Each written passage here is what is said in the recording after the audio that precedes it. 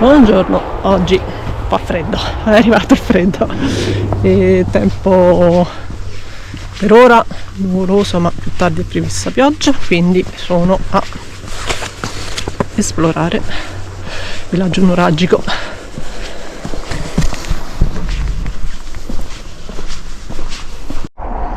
Agricoltura in età nuragica, e coltivavano grano, orzo, avena, farro, lenticchie, fave, frutti come mandorle, albicocche e ciliegie, fichi, prugne e uva.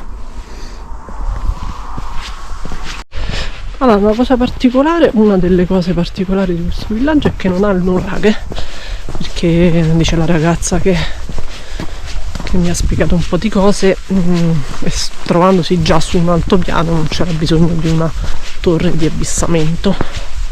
È uno dei più ampi della Sardegna, ben conservato perché non è stato riutilizzato dai cartaginesi romani. Allora, dice: dei prodotti dell'agricoltura abbiamo chiara documentazione del pane. Le ultime ricerche archeologiche hanno restituito consistenti quantità di frammenti carbonizzati di focaccia non lievitata a base di farina di grano. Numerose anche le rappresentazioni nei bronzetti figurati. Si tratta di offerenti che portano in dono pani di tutti i tipi e forme all'interno di ceste. È probabile fossero decorati con l'utilizzo delle pintaderas, che sono dei timbri che vengono utilizzati ancora oggi. Macina per il grano. Dice ancora: il simbolismo dei bronzetti sottolinea l'importanza religiosa del pane, alimento quotidiano donato alla divinità come simbolo della ricchezza di una comunità.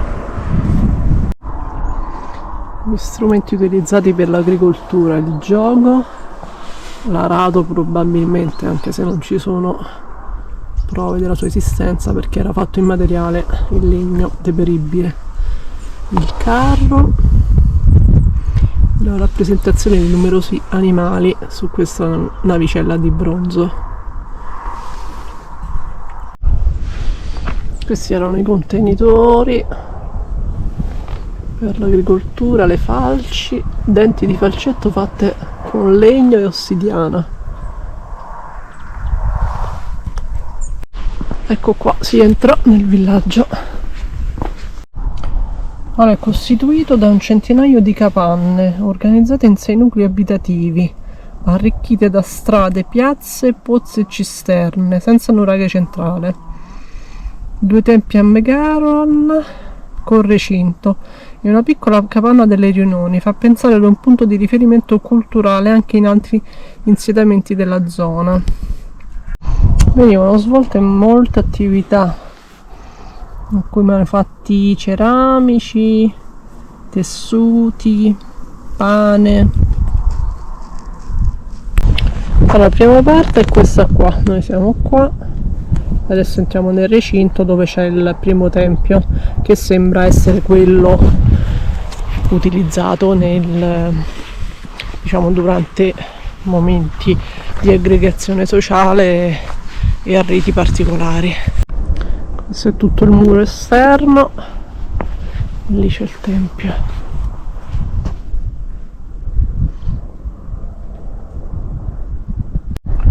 Questo è il tempio a Megaro, influenza micenea. Questa è la parte sopra che però è andata persa. E questo è l'altro che vediamo dopo. Questo è interessante perché dice: la differenza sostanziale tra pozzi, fonti sacre e tempi a Megaron, spero che si dica così, sta nell'architettura. Nei primi è presente una vena sorgiva, mentre per i secondi la modalità per lo svolgimento dei rituali avveniva utilizzando grandi pitoi, ovvero delle giare che contenevano l'acqua. Durante questi rituali i presunti colpevoli dovevano immergersi nell'acqua, che secondo le antiche credenze poteva renderli ciechi solo se colpevoli o aumentare loro la vista se innocenti. Quindi ovviamente venivano utilizzati per il culto delle acque.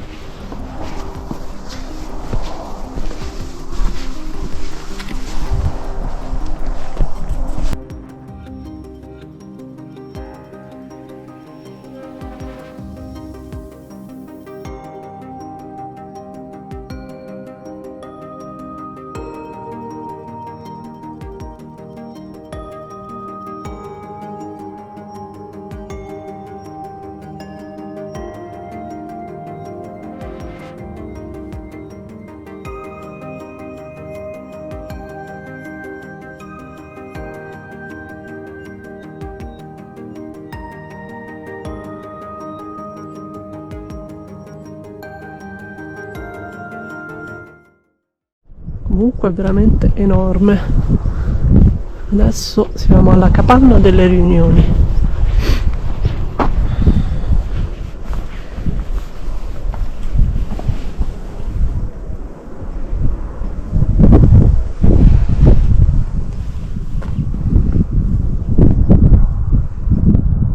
Che è questa qui è il primo tempio, abbiamo visto prima, e questo è tutto il villaggio.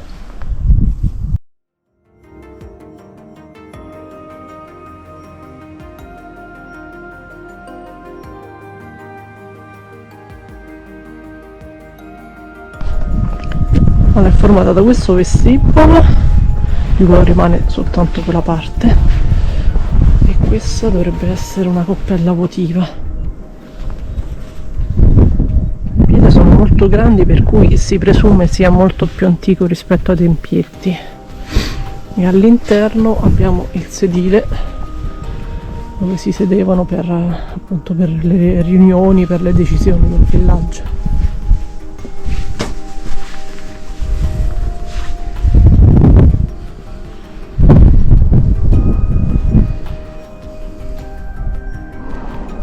Queste sono le capanne. Mamma mia, veramente ben conservato, no?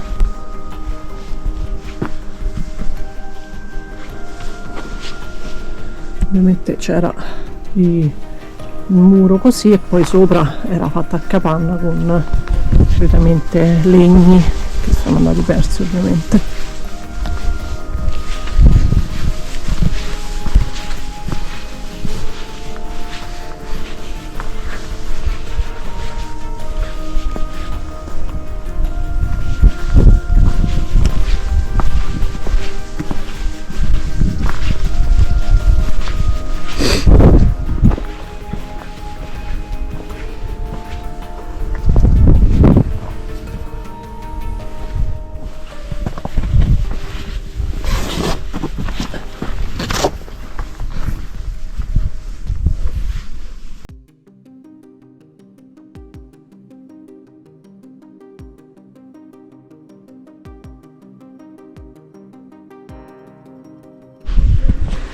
Bello questo architrave.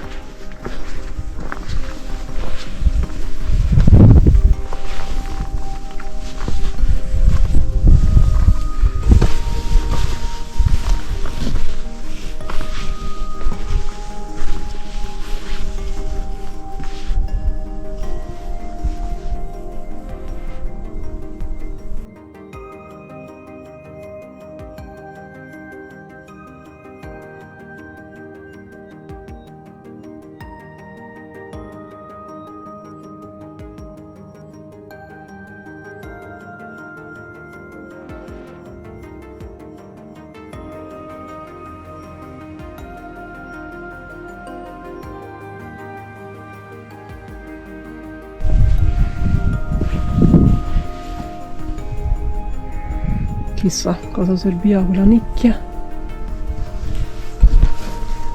Poi proprio attaccate l'una all'altra.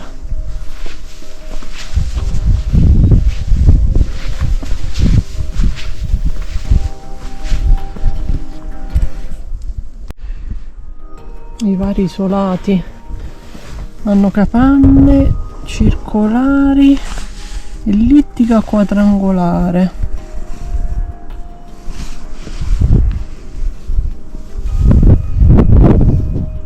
Sono stati scoperti anche dei pozzetti che sembrano raccordarsi a delle condotte legate in qualche modo a un sistema di raccolta e canalizzazione delle risorse idriche del villaggio.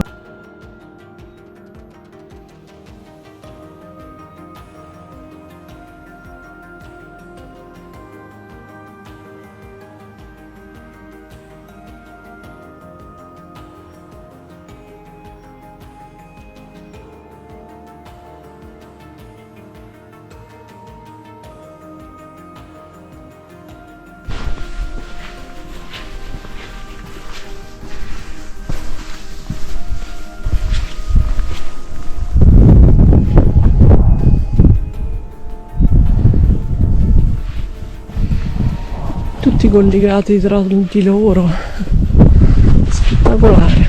Questo secondo me è tipo un pozzo.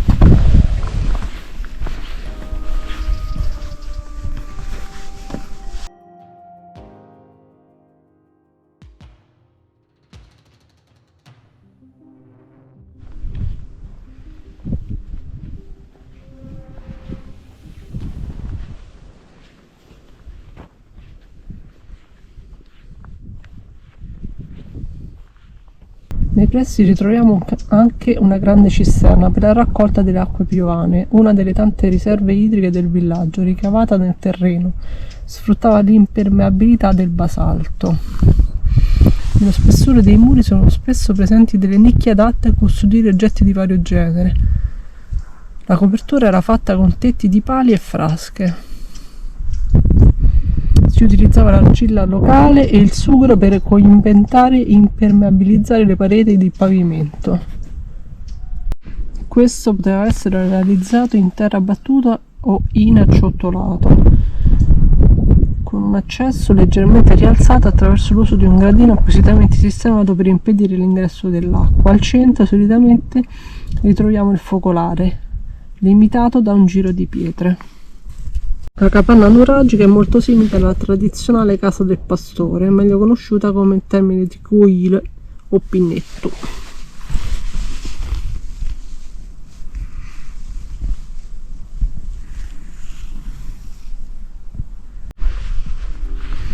Questa era la cisterna per le acque piovane.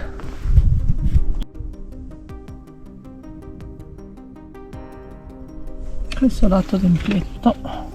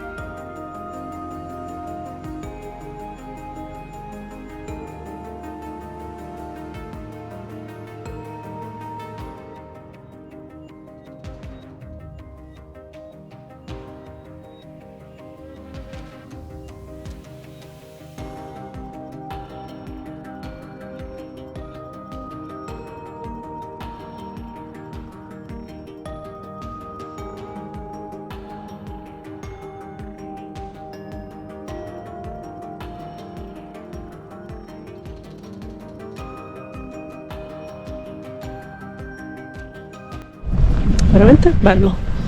Sto andando via perché fa freddo, ma veramente è enorme, ben conservato. Di solito si trova sempre soltanto un filare di pietre, invece qua proprio praticamente tutta la parte di pietra. Ovviamente la parte in legno è andata persa, ma bello.